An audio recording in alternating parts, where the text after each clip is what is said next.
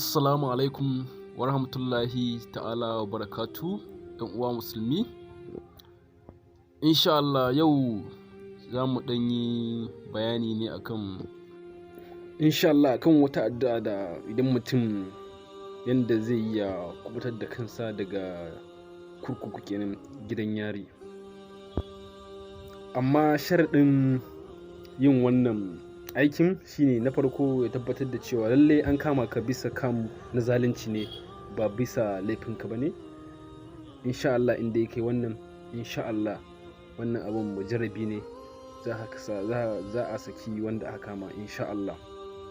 Na farko shine ana yin azumin kwana 3 ne. Ana fara azumin shine ranar Laraba.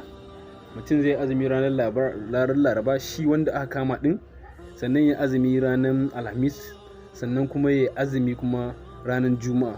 Ya kama kwana 3 a jere kenan.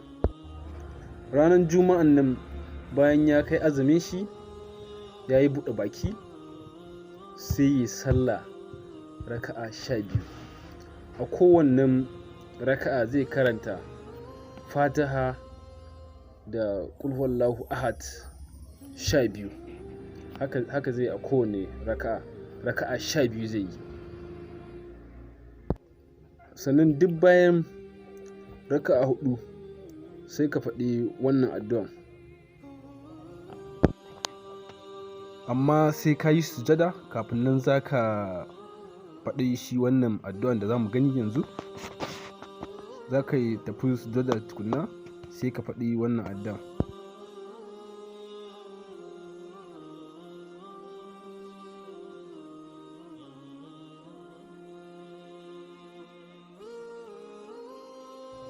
To insha Allah in dai kai wannan aikin, in Allah ya so ya yarda, Allah zai kubutar da kai daga wannan tsirewan da ake ma na zalunci insha Allah rabbi.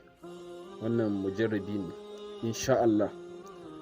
Na farko idan kai sabon zuwa ne, muna buƙatar da Allah da ka daure ka danna mana alaman subscribe da liking. Idan kai kuma mai biyan ne ko da yaushe, Allah ka daure ka danna mana alaman liking, sannan ka sharing domin su ma sauran al'umma su amfana. Mun gode. Ku danna subscribe sannan ku danna alamar ƙararrawa domin samun sababbin shirye-shiryenmu da zaran mun ɗaura.